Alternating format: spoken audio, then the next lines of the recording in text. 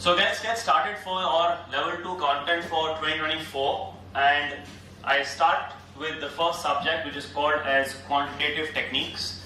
There are 7 learning modules at level 2, and we start with the topic on multiple regression analysis. Now I understand that at level 2 a lot of candidates are not very comfortable, even though that chapter is there at level 1 on simple linear regressions. I understand that candidates are not comfortable with the topic on linear regressions, and the applications of that, and hypothesis testing is something which is not easy to or natural for most people. So what I do is, in the first half, before the break time, I'm not going to do level 2 content. I'm only going to do level 1 content. I'm just going to revise what we have done at level 1 so that you have an understanding as to where it starts from. So what we'll do is, we'll only talk about what is the purpose of running regressions, how do we run a regression, we'll get some data and we'll run a regression and we'll interpret the entire output. And once you've got that sense of it, then we'll build upon it and understand basics of multiple linear regressions, evaluating regression models, model fit, model misrepresentations, etc. So all of that we'll cover later on. First, let's understand the basics. And the basic that I would like to ask and start with is to simply say, why are we even doing quant in the CFA program? I'll start at that point. I mean, it's like that basics I'm going to look at. Why are we doing this subject in the CFA program? Why is it there? We study probability statistics, which helps us to forecast and do the calculations regarding the returns and all things. True, very right. The intent of quant is to help you understand how to establish quantitative relationship between variables. Your intent is to forecast. As an analyst, as a portfolio manager, your goal is to structure your portfolio, your investments, so that you can find out which investments are going to perform well in the future, right? That's what your goal is. Now, how do you ensure that your investments are going to do well? You can't ever be sure. You will never be 100% sure. But then how do you try to find the best case scenario? What you do is, you evaluate data. Either it could be historical data or simulated data, and use that data to find out relationships.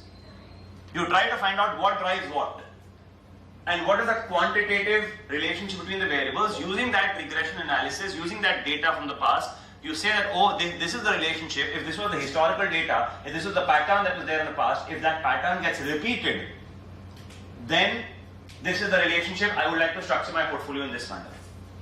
You forecast for probable events in the future, and based on that you say, okay, what's going to happen? So quant helps you to structure and identify quantitative relationship between variables. Now you could say, oh, correlation also does that, covariance also does that, so why not stick to that? Covariance is not good enough, because covariance gets impacted by the scale of the data. It does not give you the strength of the relationship. It only gives you the direction of the relationship. Covariance only tells you whether the relationship is positive or negative. That's it, period, finish, it stops there. Covariance is of no other purpose besides that. It only tells you the direction of the relationship. That's it. Correlation, which is a standardized measure of covariance, also tells you, besides the direction, the strength of the relationship. Because the stronger the correlation, closer it is towards +1 and -1, the relationship is stronger. And the closer it is to 0, the weaker the relationship.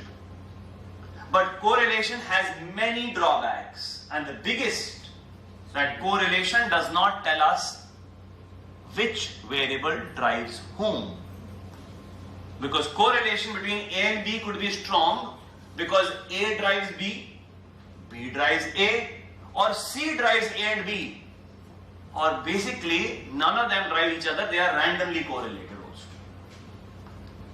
So there are many possibilities that the correlation is high. What regression analysis does finally with you is, it tells us the direction, whether the relationship is positive, negative. It tells us the strength. It tells us the quantum of relationship, which means that if X moves by this much, how much is Y expected to move by? It tells us the quantum. It tells us the relationship is x driving y, is y driving x. You test it by that manner. So regressions take you to one extra step, where they also help you to understand which variable is related to what. For example, if I look at the correlation between housing demand and interest rates, of course I'll find a correlation. But it's only going to be logic that will tell you that interest rate is the independent variable and housing demand is the dependent variable. This drives that, not the other way around. So the point is, that's where regressions come in. And regressions don't just tell you which is the independent, which is the dependent variable, but they also tell you the quantum of the relationship. That if interest rates go by 100 basis points, how much will the housing demand fall by the amount of relationship? That's also something regressions do. Somebody's waiting. So regressions help you to understand a lot more besides what correlation and covariance tend to do. But regressions have their own drawbacks. The biggest drawback of regression that we do here in quant is you only run linear regressions. And relationships are not necessarily linear only. They could be quadratic, they could be cubic, they could be logarithmic, they could be exponential, they could be moving averages, they could be time series. There are 1,000 other relationships that you could think about. We are starting the topic of quant. Honestly, the quant topic that you're doing in level 2 here is covered in a book called as Basic Econometrics. It's called Basic Econometrics. It's like a start point, and it finishes by the point you finish. It is basics. You're not doing any detailed concepts here. You're doing only a superficial analysis and understanding of it. And by the end of this topic of quant, I'll say you will use none of this in the real life. Why? Because no longer do you and I run regressions in real life, because it is now all machine learning and big data. They have taken over because they do the analysis and regressions are already done. For example, next time you open up your phone, there's a regression being run there. Why? Because he looked at your face or looked at your fingerprint to open up. That's a regression analysis being done there, because he forecasted that based on this fingerprint, based on this facial picture, what is the probability that this guy is the person who is the authenticated guy or not. Because it's not a regular picture, it's not a regular thing, it changes all the time, right? So those minute changes have to be incorporated as well. There is randomness in the data. It's not perfect. So what we want to do is, our purpose of regression is to help us to understand relationships between variables. Now I'll start with the very basic.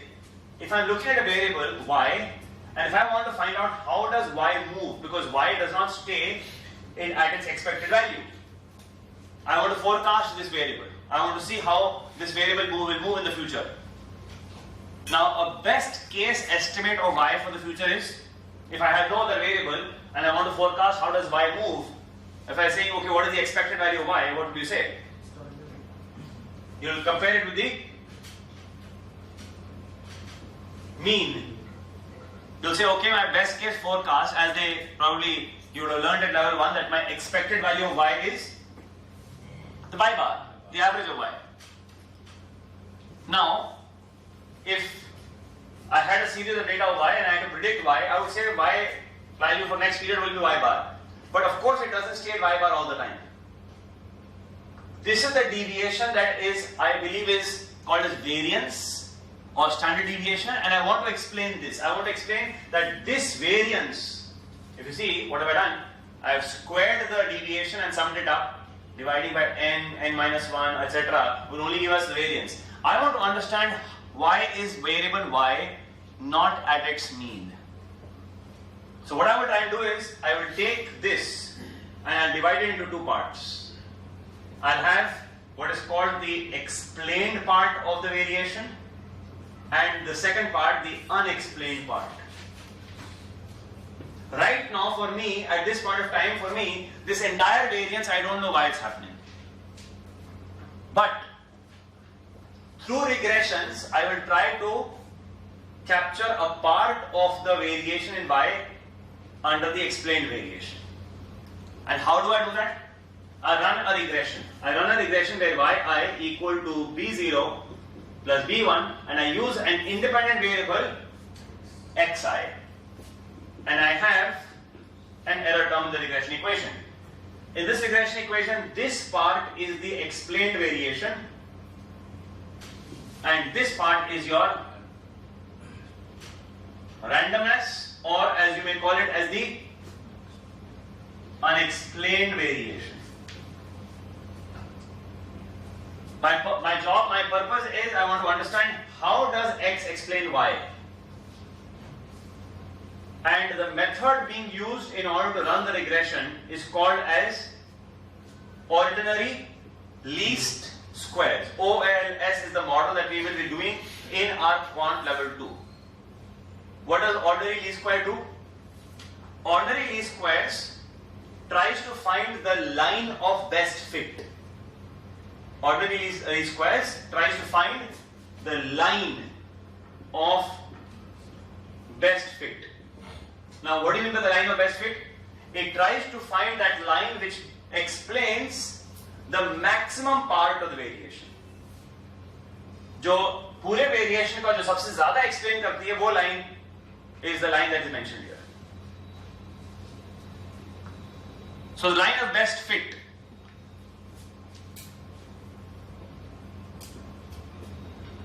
Now, once you find that line of best fit, how is that line of best fit calculated? I'll talk about that later. But once you find that line of best fit, that line of best fit looks like this.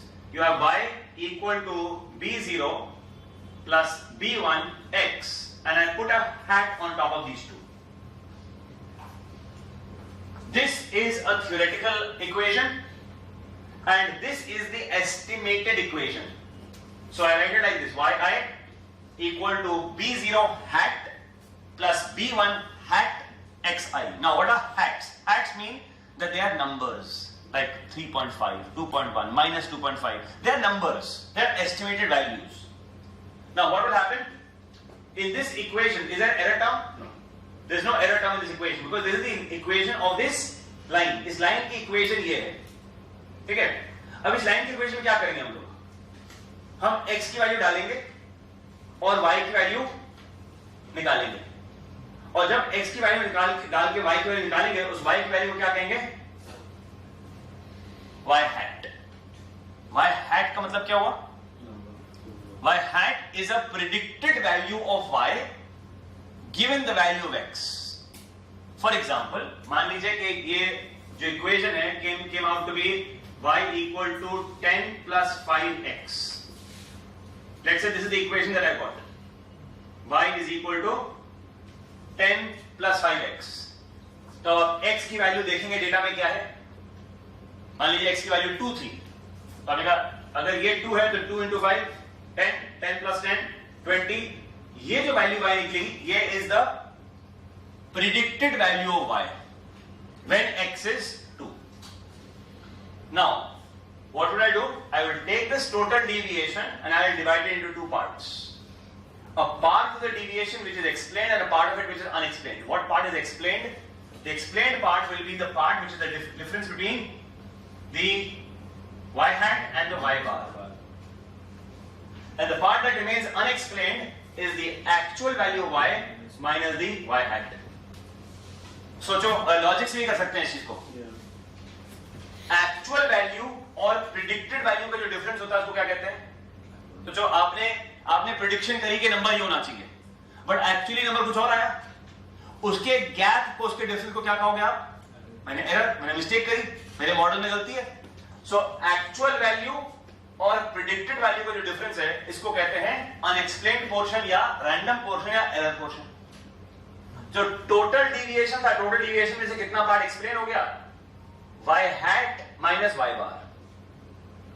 And हम लोग इसमें कभी भी simple सम नहीं करते हैं, हम हमेशा स्क्वायर करके सम करते हैं. ठीक है, हम उनको स्क्वायर करके सम करते हैं. So we never talk about the simple sums. Why don't we do simple sums? अगर आप सोचो आप इसको स्क्वायर बिना करे सम अप कर दोगे तो क्या आएगा? सोचो, actually if you had not squared it, ऐसे करते हो सम, क्या होगा? जीरो वैल्यू होगी. क्यों? The sum of mean deviations is zero. Arithmetic average की क्या प्रॉपर्टी होती है? अरिथमेटिक एवरेज की प्रॉपर्टी होती है that the sum of mean deviations is always equal to zero. तो आप किसको एक्सप्लेन करना चाह रहे हो? आप एक्सप्लेन करना चाह रहे हो कि ये वेरिएंस जो है ये क्यों है, ये टोटल वेरिएंस में से ये कितना वेरिएंस एक्सप्लेन हो चुका है और कितना पार्ट एक्सप्लेन नहीं हुआ है। तो इस वेरिएंस को कहते हैं, इस पार्ट ऑफ द वेरिएंस को कहते हैं RSS और इसको कहते हैं SSE। Full forms regression sum of squares and ये सम ऑफ स्क्वायर्ड एरर। सोचो अगर आप इसको उल्टा ही पढ़ोगे, एरर क्या है? Actual minus forecasted value. Error उसका सम ऑफ स्क्वायर। सो पहले आपने स्क्वायर किया, फिर आपने सम किया, तो आपने एरर निकाला, एरर को स्क्वायर किया, एरर को सम किया। तो सम ऑफ स्क्वायर्ड एरर्स, और ये क्या चीज है? Regression sum of squares.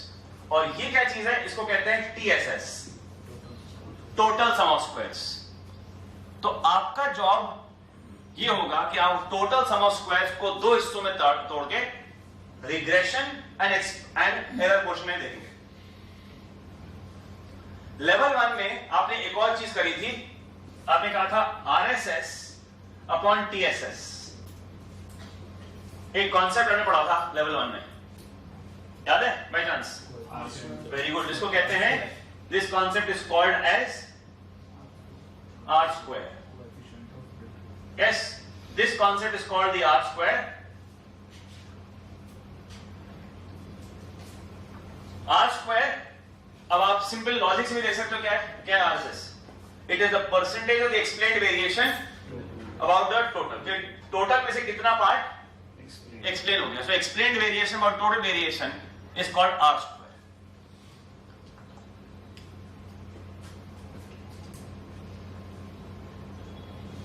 एक चीज और करी थी हमने लेवल 1 में, अगर याद है तो,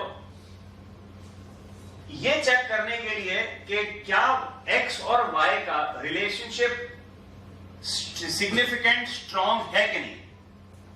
अगर आप चेक करना चाहते हो कि क्या x y को एक्सप्लेन करता भी है ठीक से कि नहीं, तो आप इस नंबर के मैग्नीट्यूड को कभी नहीं देखते हो। जस्ट बिकॉज ये नंबर 5 है या 50 है, 25 है या 3000 है, उस पर मैटर नहीं करता है। मैटर ये करता है कि आपको B1 पे एक टेस्ट करना पड़ता है, एक हाइपोथेसिस टेस्ट करना पड़ता है, चेक करने के लिए क्या ये वेरिएबल सिग्निफिकेंट है कि नहीं। और जब टेस्ट करते हो तो सिर्फ वैल्यू मैटर नहीं करती है, सिर्फ उस स्लोप कोएफिशिएंट की वैल्यू मैटर नहीं करती है, आपको उसका स्टैंडर्ड एरर भी देखना पड़ता है। तो कैसे टेस्टिंग की जाती है? इसको टेस्ट करने के लिए आप यूजुअली एक टी टेस्ट का इस्तेमाल करते हो, और टी टेस्ट का फॉर्मूला होता है ऑब्जर्वेशन माइनस मीन, जो ज्यादातर 0 होता है, बिकॉज आप 0 के रेफरेंस में चेक करते हो। अगर कोई भी नंबर 0 से हट के है तो वो सिग्निफिकेंट माना जाता है, बट अगर वो नंबर 0 है तो वो इनसिग्निफिकेंट माना जाता है। सो आप कहते हो क्या नंबर आया 0 के, कितना 0 से कितना अलग है? in units of the standard errors of B1।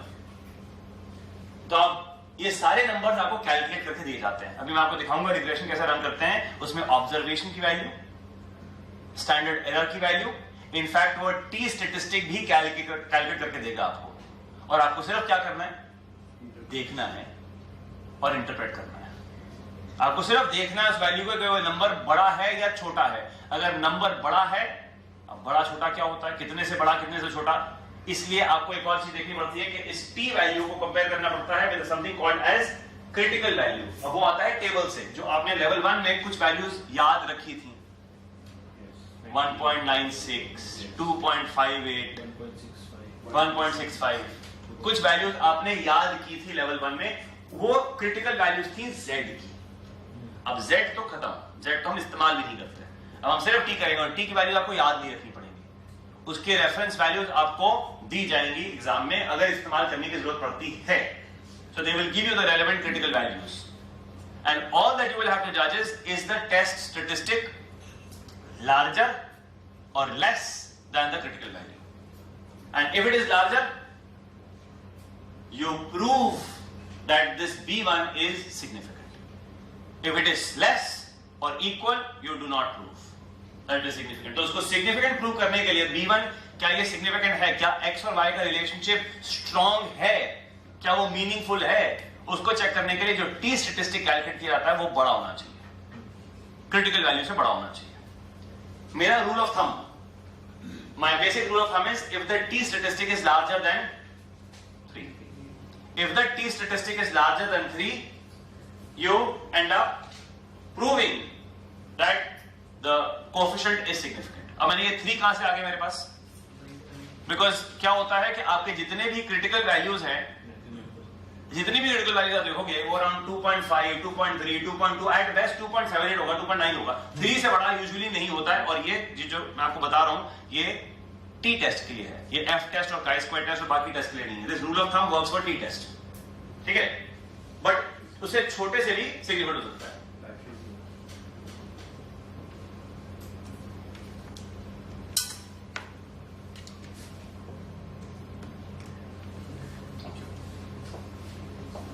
So it can happen even at around 20%. It can also happen at less than 20%. It can also happen at, so the t statistic doesn't have to be always larger than 3. That larger than 3 topic is more only a case of rule of thumb. But what you have to really compare it with is the critical value. There are 3 ways of figuring out whether you reject the null hypothesis or not. We'll talk about that in some time. But I'm just doing the basics to give you a recap of the material. Sir, I have a question. Yes, please. जैसे total value हमारे पास है तो हमें उसके 2 part करके explain और explain निकालना है। वो भी समझ में आ गया कि आर स्क्वायर की वैल्यू जितनी ज्यादा होगी हमारे लिए उतना अच्छा है, अनएक्सप्लेन कम होना चाहिए। Is there any way to understand this unexplained, because यही सबसे ज्यादा मॉडल को इफेक्ट करेगा, राइट? अगर अनएक्सप्लेन बहुत ज्यादा हो गया तो फिर तो वो किसी काम का ही नहीं रहेगा। तो हम वो मॉडल रिग्रेशन कैलकुलेट करके देगा कि आपको कितना पोर्शन अनएक्सप्लेन्ड पोर्शन है, कितना एक्सप्लेन पोर्शन है। इन दोनों को कैलकुलेट करने का जिम्मा आपका नहीं है। अगर ये करेंगे तो सिर्फ आप एग्जाम में इतना ही करेंगे, बिकॉज इसको 2 घंटा ले जाएगा करने में। अगर आपका मान लीजिए सैंपल साइज 500 ऑब्जर्वेशन का है तो आपको हर ऑब्जर्वेशन का एक डिविएशन कैलकुलेट करके उसका स्क्वायर करके करने में इसको 1-1.5 घंटा लग जाएगा रिग्रेशन करने में। तो ये काम हम एग्जाम में नहीं कर सकते, ठीक है? तो ये काम हमारे लिए सिस्टम करके देगा। सेफ है प्रोग्राम का अमेजिंग पार्ट ये है कि आपको कैलकुलेशन ऑलमोस्ट करनी होती है 0, इंटरप्रिटेशन 100% होती है। So calculation of y hat and etc. This is all theoretical, आपको सिर्फ इंटरप्रिटेशन करनी है इसके लिए। वो तो मैं समझ गया, पर जैसे मॉडल भी करेगा जब मान ले तो हमारा जो जैसे हमने आर स्क्वायर की वैल्यू निकाल ली, अगर वो बहुत ज्यादा है 90% से ऊपर है तो then also I think it's not a good model, right? That's where अभी तो हमने लेवल 2 स्टार्ट नहीं किया, अभी हमने आपको बताया आर स्क्वायर। अभी हम थोड़ी देर में बताएंगे आर स्क्वायर अच्छी चीज नहीं होती है। हम कहेंगे कि आर स्क्वायर के हजारों ड्रॉबैक्स होते हैं। इसके लिए हम आज आपसे बात करेंगे एडजस्टेड आर स्क्वायर, फिर आएंगे हम कॉन्सेप्ट ऑन एआईसी, बीआईसी। हम कहेंगे आर स्क्वायर तो भूल जाइए आप, आर स्क्वायर को नहीं देखा जाता है, because R square now that you asked that question I add on it. किसी मॉडल का आर स्क्वायर बढ़ाने का तरीका बहुत आसान होता है। इस रिग्रेशन इक्वेशन में इंडिपेंडेंट वेरिएबल्स ऐड कर दीजिए। इस इक्वेशन में भी आप कितने इंडिपेंडेंट वेरिएबल्स देख रहे हैं? 1। अगर आप आर स्क्वायर को बढ़ाना चाहते हैं, एक बहुत आसान तरीका है कि इंडिपेंडेंट वेरिएबल्स में आप इस सिंपल लीनियर रिग्रेशन को बना दीजिए as y equal to b0 plus b1 x1 b2 x2 b3 x3 b4 x4। Model जितना लंबा बनाएंगे उतना आर स्क्वायर बढ़ जाएगा, but that's not a good model, because model में सिंपली आर स्क्वायर को बढ़ाना ऑब्जेक्टिव नहीं है। हमारा ऑब्जेक्टिव ये भी है कि हम चाहते हैं कि model simple model. CAPM model बहुत सिंपल है, इसलिए पॉपुलर है। तो mister Harry Markowitz, mister William Sharpe को नोबेल प्राइज क्यों मिला? इसलिए मिला क्योंकि उन्होंने बहुत मुश्किल चीज का बहुत सिंपल हल बताया। ऑब्वियसली सही नहीं है आंसर उनका, बट उन्होंने एक बहुत ही सिंपल तरीके से एक चीज में बता दिया कि दुनिया कैसे काम करती है। इतना सिंपल करना is what is worth receiving a Nobel Prize for. So what we want is a parsimonious model. And what's a parsimonious model? We want a model which has few independent variables. कुछ चीजें बताइए तो आप, अगर आपने 2 चीजें बताई और इससे दुनिया काम करती है, wow. But that that is not what R square captures. R square कहता है कि जितने independent variables आने लागू, बढ़ रहा है, great. So that's not a good model. That is called as overfitting the model, and overfitting is also not nice. Yes, we'll talk about that. That is a part of the curriculum coming up in about probably after the break. Yes. So, have you got the basics here? Yes, basics are done. Now what I'm going to do is, I'm going to run a couple of regressions with you, and you're going to use those regressions to understand how this is done in real life. Okay? So this was all, you could say, the theoretical understanding of regressions. Let's now run a couple of regressions on Excel with real data and try to understand as to how to interpret that information. Because if you're able to interpret that entire information that I will write on your board and show you the data, if you're done with that, your entire topic is covered. And I have here with you some data for you. So I have some data for you that I've collected. I have data, I'll increase the font size for you. So I have data for Sensex, Reliance, Infosys, SBI and Gold. I have data from 2001 till almost about mid 23. So July 23 I have the data, so I have almost data of around 22-23 years, and this is daily data. What we'll do is we'll run a couple of regressions. Let's do one thing, let's run a regression on trying to explain using the CAPM model. Now what is CAPM model? CAPM model equation is return on. So give me the left hand side. What is the left hand side? What's the dependent variable? Return on a stock or an asset or a portfolio. So you are trying to explain the return on an asset with the help of, on the right hand side you have the intercept as the risk-free rate plus the beta into RM minus RF, right? So now in this data, what would you like the dependent variable to be? What would you, so by the way, just to make sure that you remember, the variable on the left hand side is called the dependent variable. The variable on the right hand side of the equation is called the independent variable. Yes? So what would you like the dependent variable to be here? Return on what? Return on which stock? There are three stocks that I have here, Reliance, Infosys, SBI. So let's do Reliance. So I want to explain the returns on Reliance. This we will do with the help of the returns on the market index RM. And I will also have the error term. The equation that I have written on the board is called as market model. This is used as a proxy for the CAPM model. So next time ever you want to estimate the beta in your office, this is what you do. So if you're doing a valuation model, and in the valuation model you want to calculate the beta for your stock and find out what the beta is, you run what is called as the market model. You might wonder, why are we not subtracting the risk-free rate? It wouldn't make a difference. Would the value of B1 change if I subtract RF from here?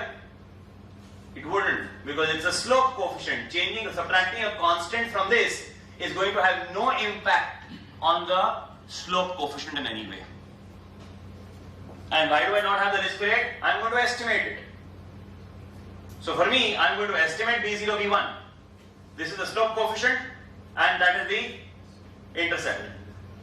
Do you remember the interpretation of beta? What is the interpretation of beta? What is beta? Beta, if beta is 1.3, what is it? What do you mean by that? It moves 30% faster than That if the market moves up by 10%, the stock will move up by 13%.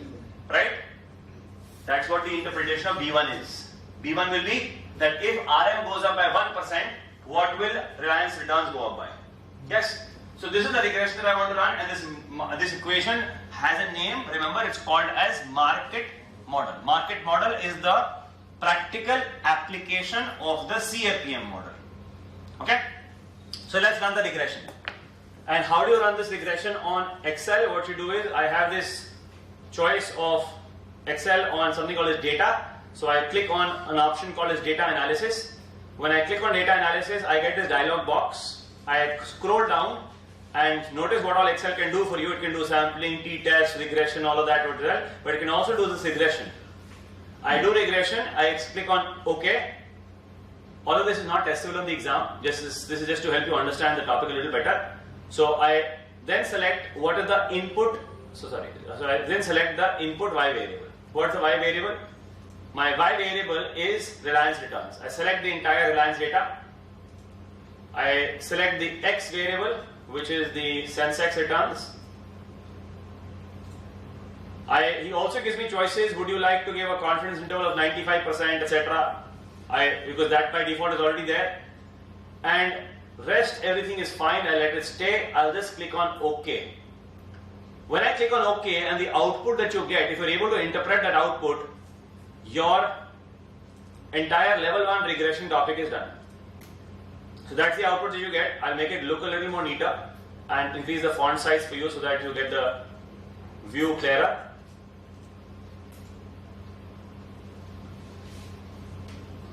Yes.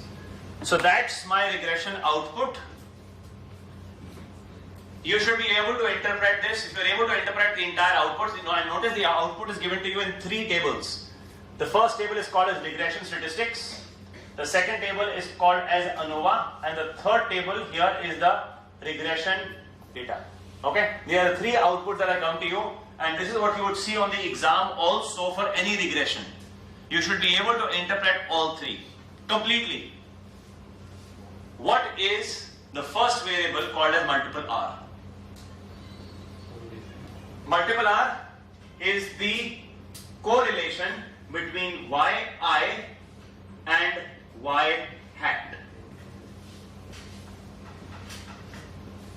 So what is the correlation between? The correlation, multiple R is the correlation between the actual values of y and the forecasted, the predicted value of y. Where did he get the predicted values of y from? He would have calculated the regression, plugged in the values of x, calculated the predicted values of y, and then taken the entire data set, calculated the correlation. And you know how many observations are there? There are 5,629 observations. So Excel is fast. Excel is pretty fast. You would have taken fractions of a second. You saw that. He took it fractions of a second to calculate the predicted values of y for 5,600 observations. Then calculate the correlation of the actual and the predicted values and give you that number here. So what is this? This is multiple R. Multiple R is the correlation between the actual value of y and the predicted value of y. In your CFA book, they haven't given this part of you. They haven't talked about multiple R, and in fact, in most of the questions, they don't even show multiple R to you. So the multiple R है value का average है या फिर?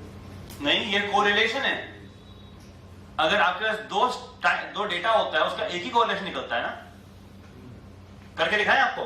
देखिए, ये जो data था मेरे पास रिलायंस और SBI का, सेंसेक्स का, इसका correlation निकालते हैं. So correlation of Sensex data and Reliance data, ये कितना आना चाहिए? देखिए कितना आ रहा है? 71% ही आ रहा है, जितना भी किया हमने. इन्हीं दो का कोरिलेशन निकाला है. आप नोटिस करेंगे कि सिंपल लीनियर रिग्रेशन में मैंने क्या किया? The correlation between y and x is equal to this, क्योंकि एक ही इंडिपेंडेंट वेरिएबल है. तो जो RM और R रिलायंस का कोरिलेशन निकलेगा, वही कोरिलेशन रिलायंस का एक्चुअल और रिलायंस के फोरकास्टेड वैल्यू को निकलेगा. सर आपने बताया ना कि हर वैल्यू मतलब सर एक वैल्यू करना जो है. अच्छा, x और y का जो कोरिलेशन है, वही कोरिलेशन y का एक्चुअल वैल्यू और y का फोरकास्टेड वैल्यू का भी होगा, क्योंकि ये रिग्रेशन लाइन कैसी है जिसमें एक ही इंडिपेंडेंट वेरिएबल है. क्योंकि ये एक इंडिपेंडेंट वेरिएबल है, तो x और y का कोरिलेशन जो मैंने कैलकुलेट किया 71% here will be the same correlation for the actual and the predict values. तो हमारा जो रिग्रेशन आउटपुट है वो हमें मल्टीपल आर क्यों देता है? क्योंकि अगर मान लो ये रिग्रेशन इक्वेशन होती है जिसमें हमारे पास मल्टीपल इंडिपेंडेंट वेरिएबल्स होते हैं, B2 रिटर्न्स ऑन गोल्ड भी होता, तो अब ये बताओ कि इन तीन का कोरिलेशन कैसे निकालते आप?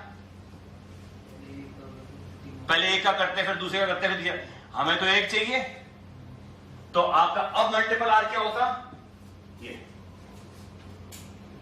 कि इन दोनों की वजह से फोरकास्टेड वैल्यू क्या निकली, ठीक है, और फिर फोरकास्टेड और एक्चुअल वैल्यू। बट क्योंकि हमारे रिग्रेशन इक्वेशन में था ही सिर्फ एक इंडिपेंडेंट वेरिएबल, तो इसका और इसका जो कोरिलेशन निकल रहा था वही कोरिलेशन फोरकास्टेड और एक्चुअल वैल्यू का भी होगा। समझ में आ गई बात? और कोरिलेशन तो पूरे डेटा का एक ही निकलेगा, हर सीरीज का अलग अलग कोरिलेशन नहीं निकलता है। करेक्ट? तो पहला वैल्यू क्या है? Multiple R. ये क्या चीज है?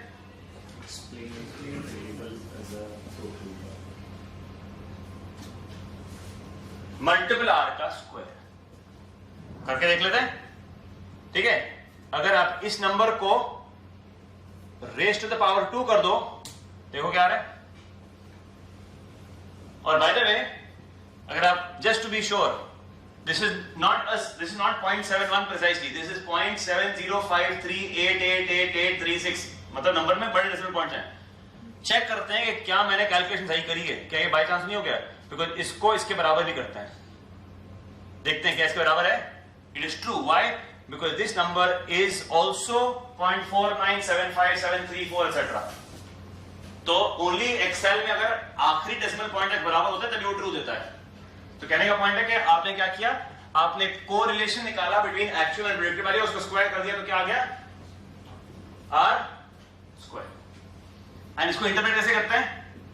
Are square is the percentage of the total variation in the dependent variable that has been explained. तो total variation जो y है, रिलायंस का कितना वेरिएशन सेंसेक्स ने एक्सप्लेन कर दिया है? 50%। तो अगली बार आप देखने जाते हैं कि रिलायंस कहां जाने वाला है, 50% आपको सिर्फ सेंसेक्स को देखा है। यस, 50% टाइम सेंसेक्स बता देगा आपको कहां जाने वाला है रिलायंस। अभी के लिए हम एडजस्टेड आर स्क्वायर छोड़ने वाले हैं, बिकॉज इसका इंटरप्रिटेशन सिर्फ मल्टीपल लीनियर रिग्रेशंस में किया जाता है, इसमें सिंपल लीनियर रिग्रेशन का इसका कोई इंटरप्रिटेशन नहीं है। स्टैंडर्ड एरर क्या होता है? Standard error is the standard deviation. तो पूरे डेटा में स्टैंडर्ड डिविएशन की क्या वैल्यू है? 0.01। इसको आप एक्सप्लेन करना चाह रहे हैं, तो standard deviation is the entire data set. पूरे डेटा का सेट का आपका स्टैंडर्ड डिविएशन कितना है, उसको स्टैंडर्ड एरर कहा जाता है, ठीक है। And this next value stands for number of observations, that is quite self explanatory कि इस ऑब्जर्वेशन डेटा में 5629 ऑब्जर्वेशंस हैं टोटल। क्लियर? तो पहला टेबल हो गया हमारा, फर्स्ट टेबल इज क्लियर। दूसरा टेबल का headline name is called as ANOVA, and ANOVA stands for analysis of variance. किसके वेरिएंस को एनालाइज कर रहे हो आप? किसके वेरिएंस को एनालाइज करना चाहते हो आप? डिपेंडेंट वेरिएबल के वेरिएंस को। तो कह रहा है एनालिसिस ऑफ वेरिएंस। किसका वेरिएंस? Dependent variable. वो कह रहा है कि डिपेंडेंट वेरिएबल का जो वेरिएंस है वो total variance 2.51 is the total sum of squares. Notice करो यहां पे क्या लिखा है? SS। SS stands for sum of squares.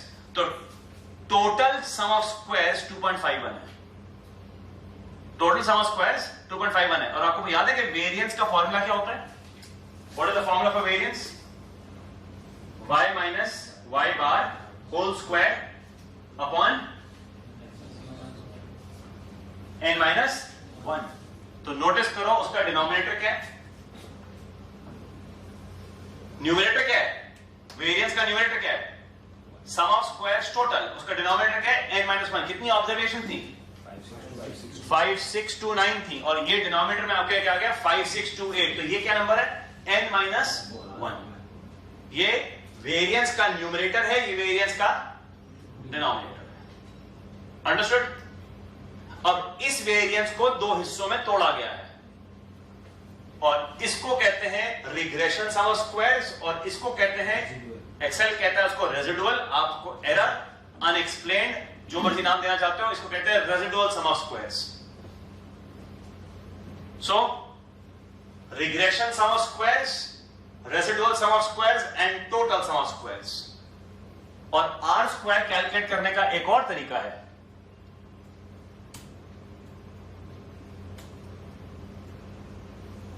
क्या किया मैंने, sum of squares regression upon sum of squares total. क्या नंबर आना चाहिए जो हमने कैलकुलेट किया था, 50%।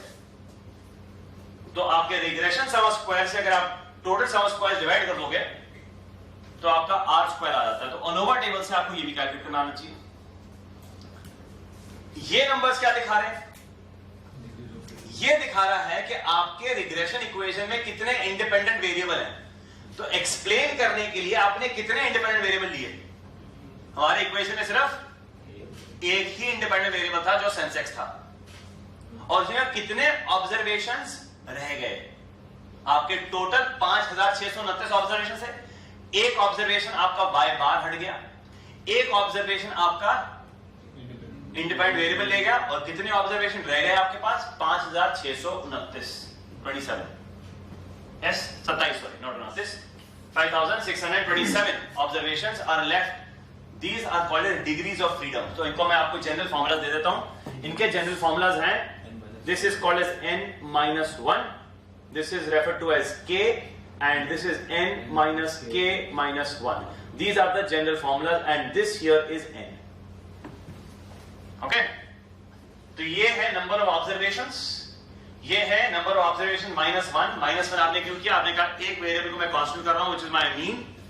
यहां पे मेरे k नंबर ऑफ रिग्रेशंस हैं, कितने इंडिपेंडेंट वेरिएबल्स ऐड कर रहे हैं, और कितने मेरे पास एरर टर्म के लिए वेरिएबल रह गए value. Yes sir independent variable बढ़ जाएंगे तो ये बिल्कुल चेंज हो जाएगा। तो अगर ये नंबर 1 की जगह 2 होता, अब फॉर्मूला का मतलब यही होता है, फॉर्मूला मतलब आप k की वैल्यू डालिए कितना हो जाएगा, k ओवर 2, तो ये तो चेंज नहीं करेगा, ये तो चेंज नहीं करेगा, बट ये नंबर n minus 2 minus 1 रहेगा, right? So depends on how many k's you have. अब ये नंबर क्या है, ms. So what does ms stand for? ms stands for कि ये जो सम ऑफ स्क्वायर का नंबर है, ये जो कॉलम है, इसको अपने नंबर ऑफ ऑब्जर्वेशन से डिवाइड कर दीजिए। तो क्या करेंगे, 1.25 divided by 1.25 divided by 1 and 1.26 divided by 5627। तो ये नंबर आ रहे हैं, इनका अपने में कोई इंटरप्रिटेशन नहीं है। इन मीन, इसको कहते हैं मीन सम ऑफ स्क्वायर्स, इसको कहा जाता है मीन सम ऑफ स्क्वायर्स। इसका अपने में कोई खास इंटरप्रिटेशन नहीं है, ठीक है। बट इसका इस्तेमाल कहां किया जाता है, where is ms used? ms is used in order to calculate the f statistic। और कैसे किया जाता है f statistic? अगर आप करेंगे means sum square regression divided by means sum square error, what you will get is the value of 55272 minus 6.65। This is what you will get. This is called as the f statistic। थोड़ा सा recall करना पड़ेगा कि f stat क्या होता है level 1 से। f statistic हमने लेवल 1 में इस्तेमाल किया है for testing the variance, variance की टेस्टिंग के लिए इस्तेमाल किया जाता है। लेवल 2 में आप एफ टेस्ट का इंटरप्रिटेशन यहां पर ये है, it is a test to check the joint significance of all the independent variables together. I repeat, F test is a test to check for the joint significance of all the independent variables together। Simple भाषा में समझाते हैं, F test check कर रहा है कि क्या आपके रिग्रेशन जो आपने रिग्रेशन बनाई है, क्या इसमें कोई भी इंडिपेंडेंट वेरिएबल ऐसा है जिसका डिपेंडेंट वेरिएबल के साथ रिलेशनशिप स्ट्रांग है। अब ऐसा है, मेरी रिग्रेशन में है ही एक, तो कितनों को चेक करेगा, वो एक भी चेक करेगा। तो एफ टेस्ट क्या कर रहा है, जितने भी इंडिपेंडेंट वेरिएबल्स हैं उनको चेक कर रहा है कि क्या कोई एक भी सिग्निफिकेंट है। अब मेरी रिग्रेशन में क्योंकि एक ही इंडिपेंडेंट वेरिएबल था तो उसी को चेक कर रहा हूं। सर बेसिकली तभी यूजफुल है जब multiple. Exactly, very good point. तो एफ टेस्ट का इस्तेमाल तब कब किया जाता है जब आपके पास मल्टीपल ये रिग्रेशन है।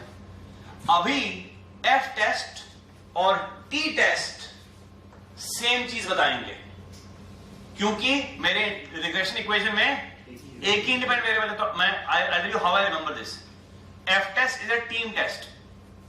एफ चेक करता है कि आपकी टीम में क्या कोई अच्छा प्लेयर है, और टी बताता है, टी टेस्ट कहता है कौन सा वाला अच्छा है। ठीक है, तो एफ टेस्ट क्या करता है, एफ टेस्ट चेक कि आपकी क्या पूरी टीम में, टीम मतलब आपके सारे जो इंडिपेंडेंट वेरिएबल है, क्या उसमें कोई भी अच्छा प्लेयर बैठा है। और टी टेस्ट चेक करता है कौन सा इंडिविजुअल प्लेयर अच्छा है।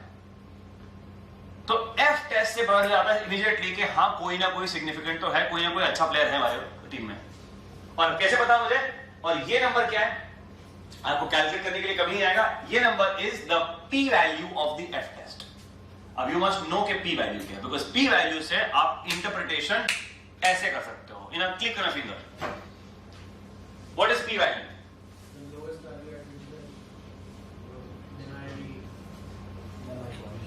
Very good, you are right, absolutely correct. P value is the smallest level of significance at which the null hypothesis can be rejected. I'll repeat. P value is the smallest level of significance at which the null can be rejected. चलो simple भाषा में समझाते हैं। P value बताता है कि आपके ये जो टेस्ट स्टेटिस्टिक आपने कैलकुलेट किया है 5572, इसके बाहर कितना डेटा रह गया है। What probability remains outside the value of 5572? मान लेते हैं एक सेकंड के लिए हम नॉर्मल डिस्ट्रीब्यूशन की बात कर रहे हैं, ठीक है, और हमें ये F test is not normal distribution, T test is normal. तो मैं आपको सिर्फ इलस्ट्रेशन के लिए समझा रहा हूं। मान लीजिए आपकी वैल्यू आ गई यहां पर 3.1, ठीक है, और अगर आप इसका पी वैल्यू निकालोगे तो पी वैल्यू बताएगा ये एरिया कितना है। और अगर आपका ये वैल्यू आ गया लेट्स से 1.25, तो पी वैल्यू बताएगा कि यहां पर एरिया कितना आ रहा है राइट साइड में, ठीक है। तो आप चाहते हो कि जो एरिया बाहर छूट गया है वो जितना कम होगा उतने ज्यादा चांसेस हैं कि आप अपनी नल हाइपोथेसिस को रिजेक्ट करके ऑल्टरनेटिव को प्रूव कर लेंगे।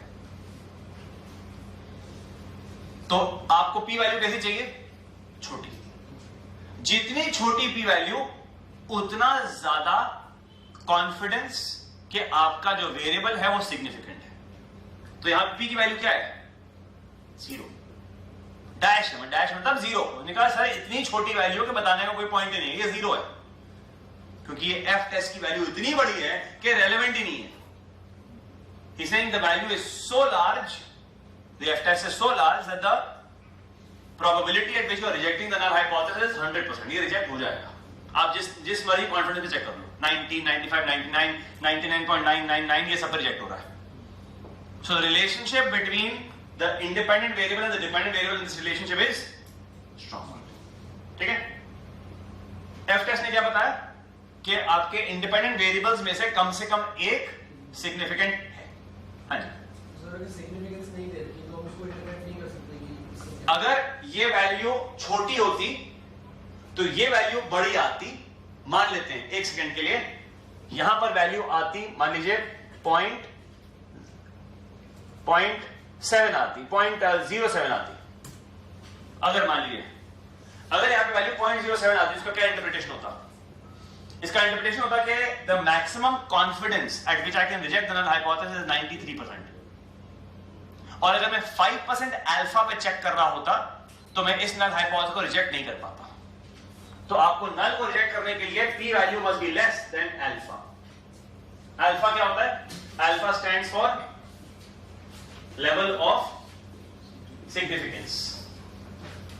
तो आप चाहते हो कि आपके टेस्ट की पी वैल्यू जितनी छोटी आए उतना ज्यादा आपके पास एविडेंस है नल हाइपोथेसिस को रिजेक्ट करके ऑल्टरनेटिव को प्रूव करने का, ठीक है। So in order to reject the null hypothesis you need the P value to be small. The smaller the p-value, the greater the chances, the greater the evidence to reject the null hypothesis. So basically level of significance suppose 5 होता. Correct. तो आप इसमें reject नहीं कर पाते. Value suppose 3% होती तो हो जाता. तो exactly अगर p-value होती 0.03 होती तो आप रिजेक्ट कर सकते थे 5 पे, बट अगर आप 1 पे चेक करते तो रिजेक्ट नहीं कर सकते थे. तो रिजेक्ट करने के लिए नल हाइपोथेसिस को रिजेक्ट करके ऑल्टरनेटिव को प्रूव करने के लिए p वैल्यू को अल्फा से छोटा होना जरूरी है. अल्फा जो होता है वो या तो 5% होता है या 1% होता है या 10% होता है. इन तीन के अलावा कोई और टेस्ट नहीं किया जाता और ज्यादातर अल्फा हम 5% ही चेक करते हैं. सर अगर suppose equal हो, अगर बराबर है तो रिजेक्ट नहीं होगा, क्योंकि आपके पास एविडेंस जो है वो कंक्लूसिव एविडेंस ही होता है, बॉर्डर लाइन एविडेंस कंक्लूसिव नहीं होता है. ठीक है. So we want it to be across, we don't want it to be border line. Done. तो आपने अनोवा टेबल सीख लिया. You now know what is ANOVA table.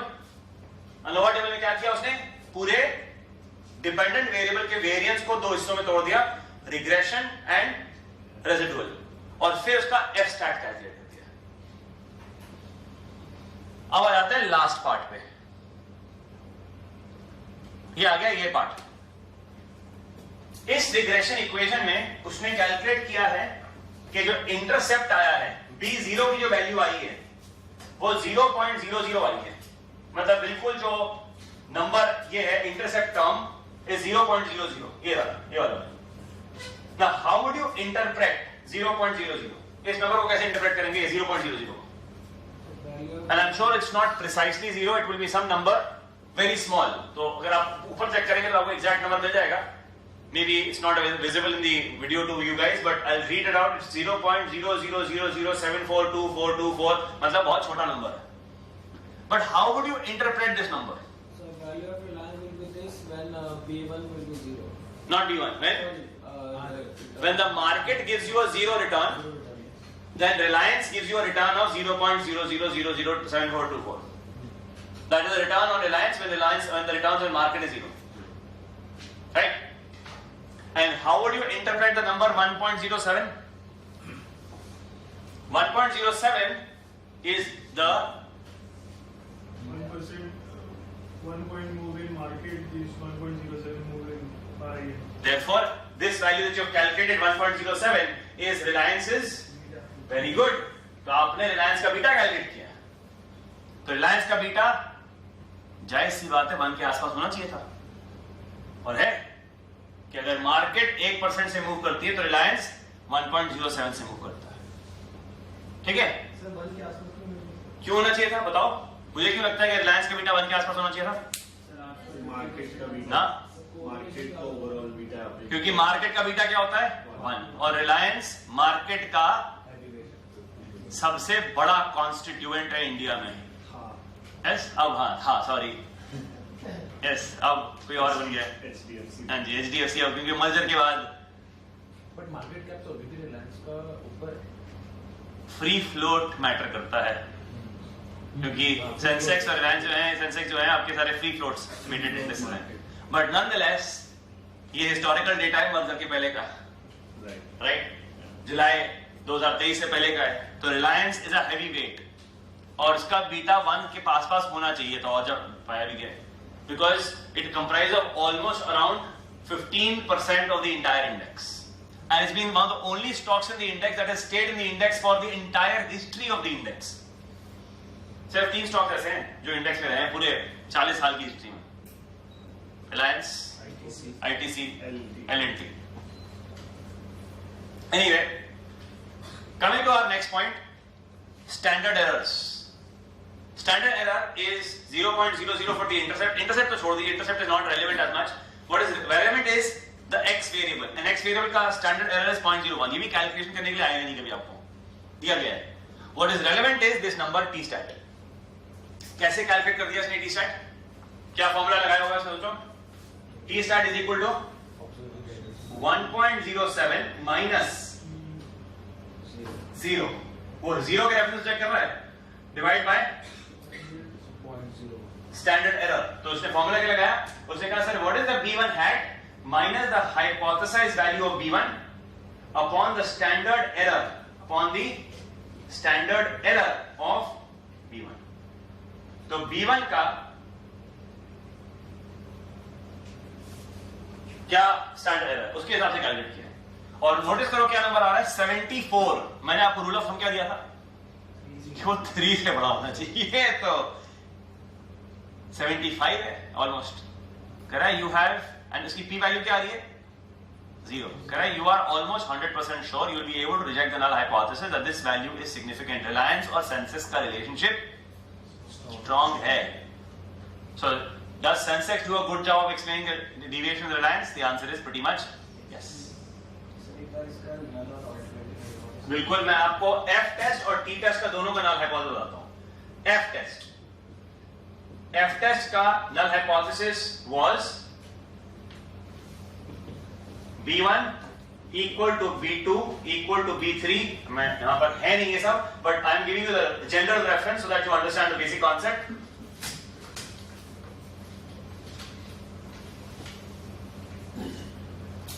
So F test का null hypothesis is B1. I'll write it for this regression and then the general form. B1 equal to 0 and alternative hypothesis is B1 not equal to 0. This is the F test for this regression equation, what you just saw. The T test का null and alternative is B1 equal to 0 and B1 not equal to 0. Which means for this equation the test F test and T test are identical because इसमें एक ही independent variable था. But जब हम अभी topic level 2 का start करेंगे तो उसमें आपके एफ टेस्ट का क्या नल और अल्टरनेटिव हो जाएगा. जब हम मल्टीपल रिग्रेशन एनालिसिस करेंगे तो अब आपका एफ टेस्ट हो जाएगा B1 equal to B2 equal to B3 equal to 0 and alternative hypothesis will be any of the B1s any of the BIs not equal to 0. कोई एक भी सिग्निफिकेंट होगा तो एफ टेस्ट बड़ा आ जाएगा. And T test will do individually one by one. Individually करेगा, ये एक टेस्ट होगा, फिर दूसरा टेस्ट होगा HO of B2 equal to 0 and B2 not equal to 0.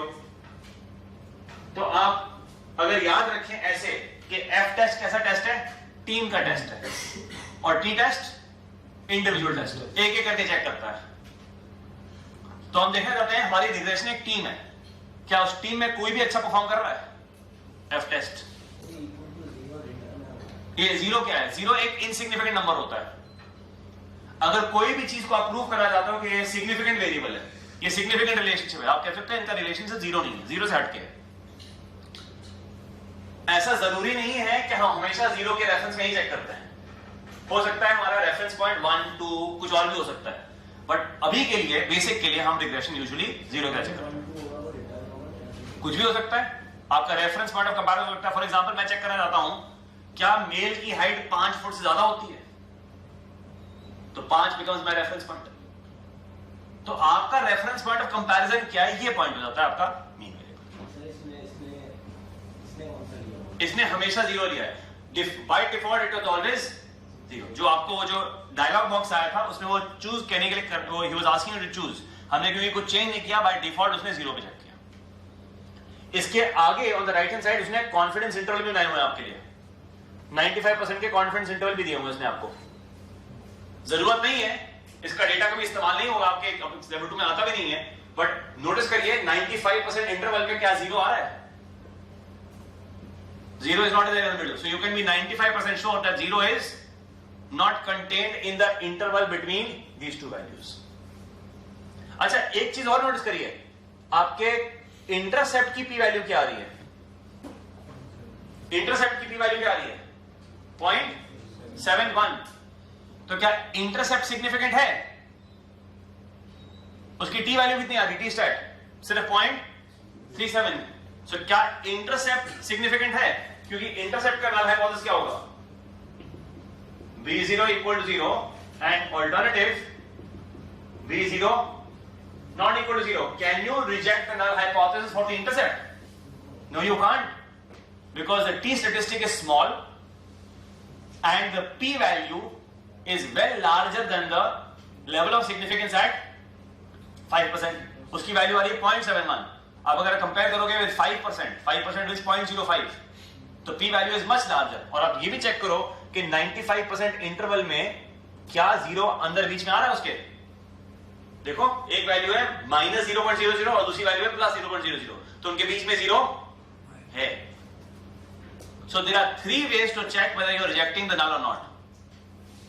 First, the test statistic must be larger than the critical value, or the p value should be lesser than the level of significance, or the confidence interval should not contain the hypothesized value. ये 3 तरीके हैं।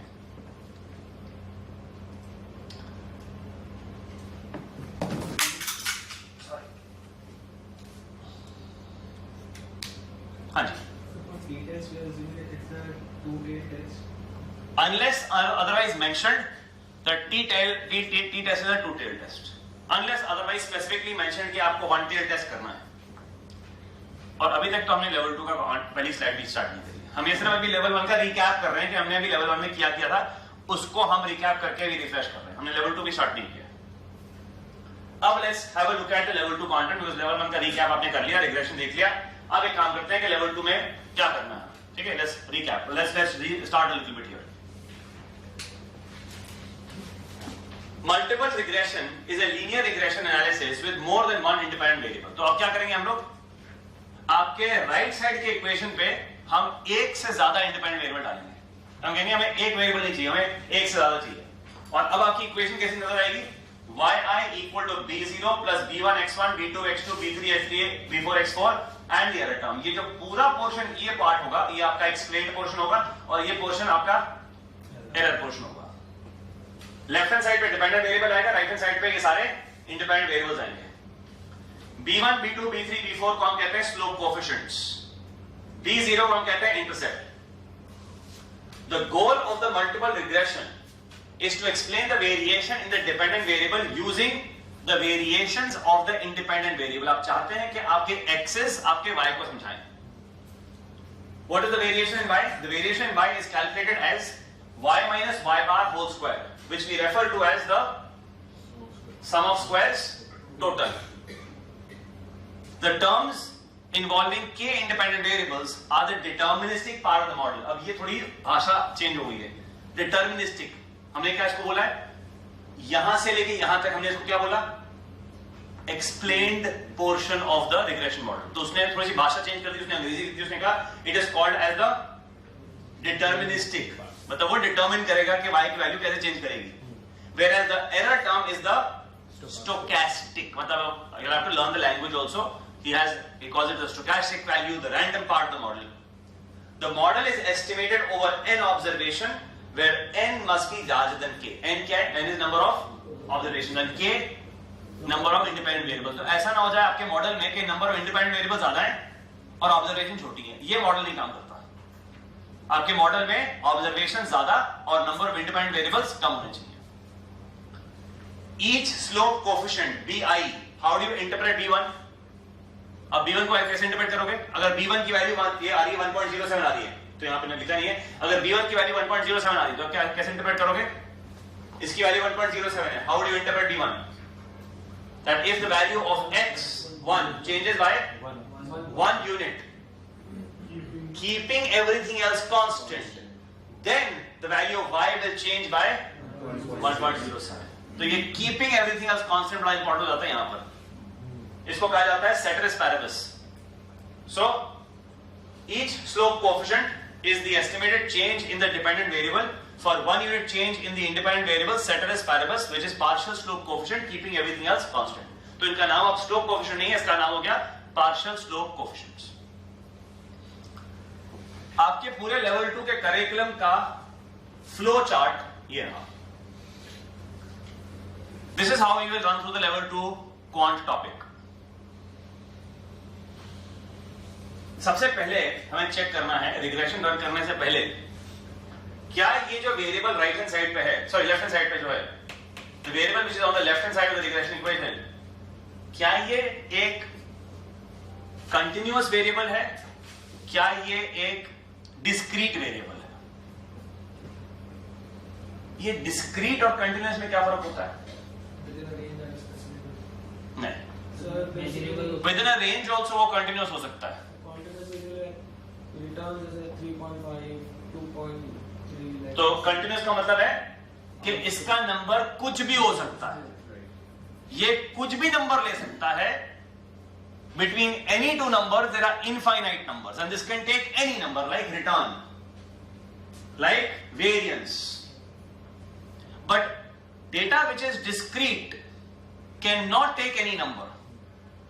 It can only take whole numbers like number of people, number of stocks in a portfolio, number of days it rains in a month. ये चीजें discrete है, या तो 2 हैं या 4 हैं या 10 हैं या 15 हैं, ये 3.2 नहीं हो सकता ये number, they are discrete numbers. Finance में इसका कहां इस्तेमाल होता है? क्या आप जो प्रिडिक्ट करना चाहते हैं, क्या वो रिलायंस के रिटर्न्स हैं? अगर रिलायंस के रिटर्न्स तो क्या होगा, वो कंटिन्यूअस है, चलेगा। बट क्या आप रेटिंग प्रिडिक्ट करना चाहते हैं? अगर किसी कंपनी की रेटिंग करनी है, वो AAA, AA, सिंगल ए, वो डिस्क्रीट है, वो कंटिन्यूअस नहीं है। सर वो इतना AAA की तरह नजर आता है, उतना AA को वैसा नहीं, आप रेटिंग आते हैं या रेटिंग एंड में आते हैं या तो AAA या AA, वो बीच की रेटिंग नहीं है कुछ भी, उसमें डिस्क्रीट है वो। कुछ मॉडल्स आपके प्रिडिक्ट करते हैं कि उसकी बैंकरप्सी होने के क्या चांस है, क्या वो बैंकरप्ट होएगा कि नहीं होगा, उसका आउटकम इज यस और no, therefore it's a discrete outcome.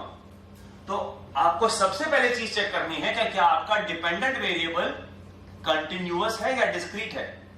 अगर कंटिन्यूअस है तो करिए जो कर रहे हैं हम लोग, और अगर नहीं है तो हमारा ये टॉपिक हमारे रिग्रेशन टॉपिक में कल कवर करेंगे एंड में, कॉल्ड एज लॉजिस्टिक रिग्रेशंस, कि ये ऐसी रिग्रेशंस कैसे रन करते हैं जहां पे हमारा डिपेंडेंट वेरिएबल जो है वो डिस्क्रीट वेरिएबल है, जो कंटिन्यूअस वेरिएबल हो ही नहीं सकता है।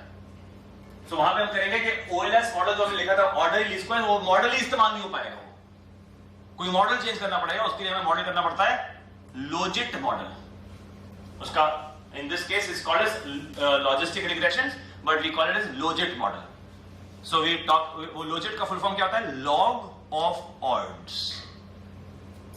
LOGIT is the name of the model, but the full form of it is log of the odds. Odds क्या होते हैं? आपने लेवल 1 में क्वांट में पढ़ा था, odds in favor, odds in against।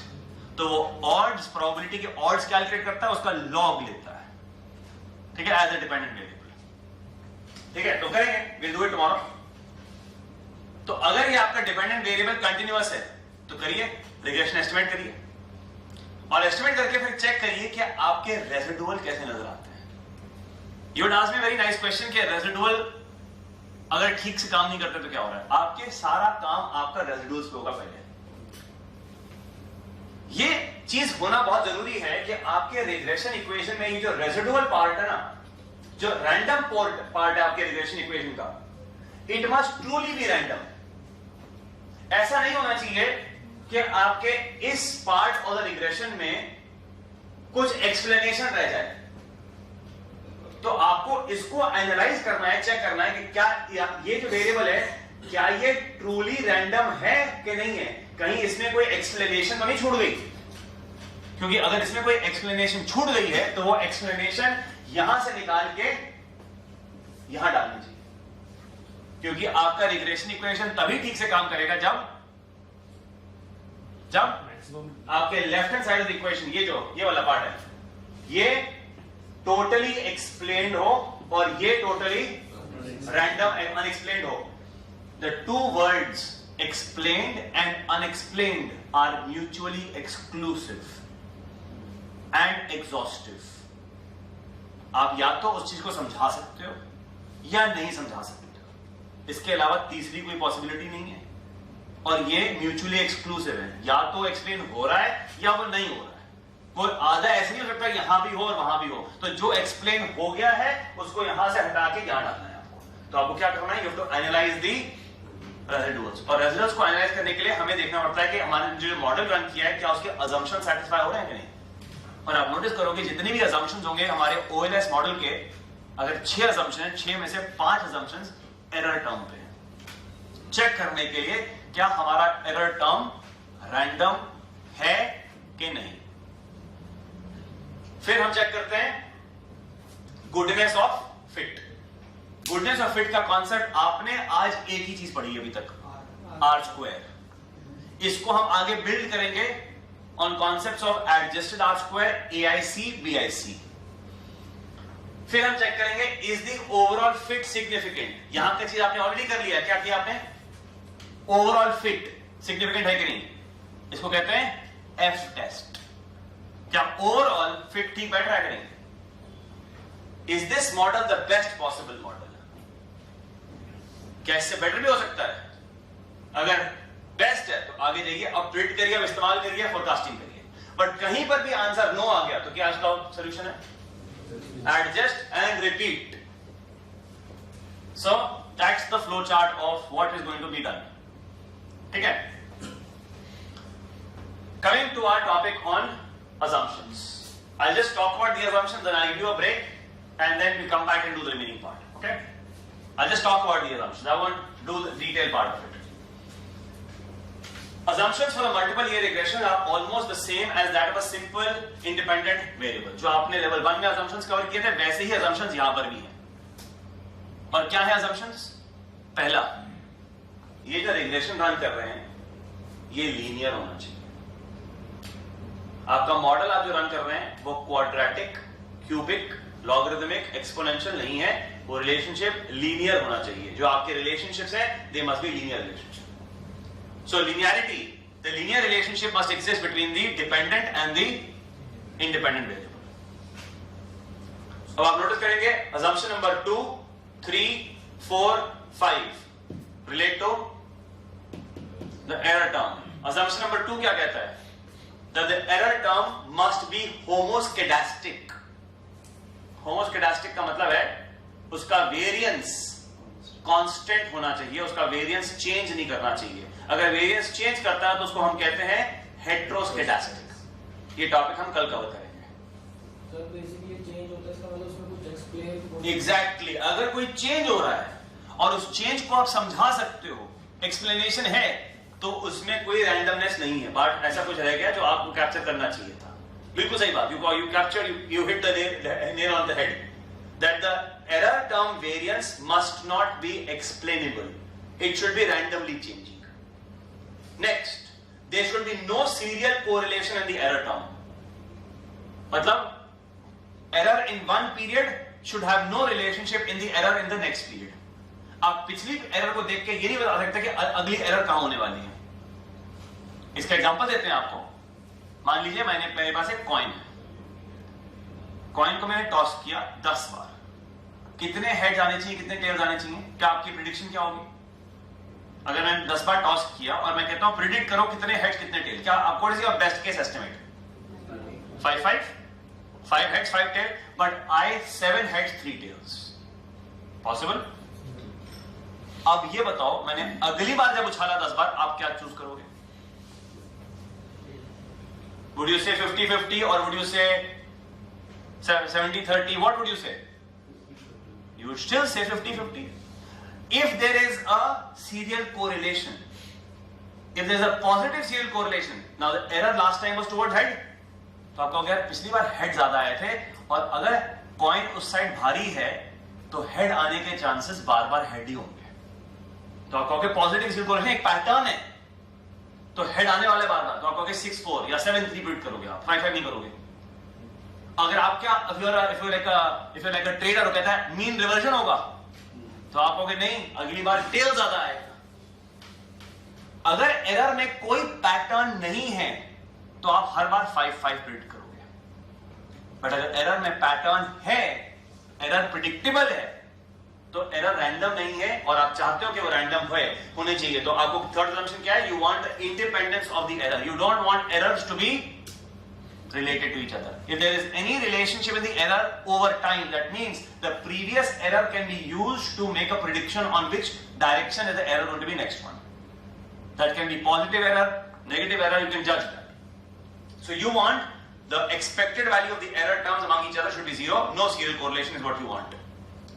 Error terms should be normally distributed. Small errors should happen more frequently, large errors should happen less frequently. And they should be symmetrically distributed across the mean. And the last, the x1 x2, x3 should not have positive serial, or the x1, x2, x3s should not be strongly correlated to each other. The assumption number 5 says that there should be no multicollinearity. And what does that mean? It means that the x's should not be correlated to each other. The pun is intended, right? So because if that happens, then there is a problem. So the independent variables x1, x2, x3, if they get correlated, like for example in this regression equation, I had Reliance returns being equal to B0 plus B1 returns on the Sensex and B2 returns on Nifty. तो अब Nifty और Sensex तो almost same ही चीज है. अगर वो दोनों strongly correlate हो गए तो आप एक्सप्लेन क्या करना चाह रहे हो कि उसमें से सेंसेक्स कितना एक्सप्लेन करता है और निफ्टी कितना एक्सप्लेन कर रहा है, आप आइसोलेट नहीं कर पाओगे आप उस चीज को. तो आपको उन दोनों में सिर्फ एक चीज चाहिए. You don't want both. If you add both the independent variables in the regression equation, the problem that you will face will be called as multicollinearity, and that will cause problems in your forecasting. So, independence of the independent variables should not be random, and there should be no exact linear relationship between two or more independent variables or a combination of the independent variables. So that problem should not happen. In tomorrow's class, we will study about the 3 that I have highlighted in red, which we talk about as heteroscedasticity, serial correlation, and multicollinearity. We'll talk about everything about these 3. We will talk about what is it, what is the implication of it, what happens if this problem is found, how do you correct for it, and what is the implication of it. So everything we'll discuss about these 3 issues tomorrow. Alright. What you do is you take a break, take about 10 minutes, come back after the break, and what we will do is we will run through the remaining part of this chapter and understand as to how to interpret the remaining part. My intent is that I want to cover up about till the end of this point at least. So which is about 4 or 5 more slides, and I think you've covered most of it already. Most of it is already done. Just run through that will help out. So take a break, come back and we cover that.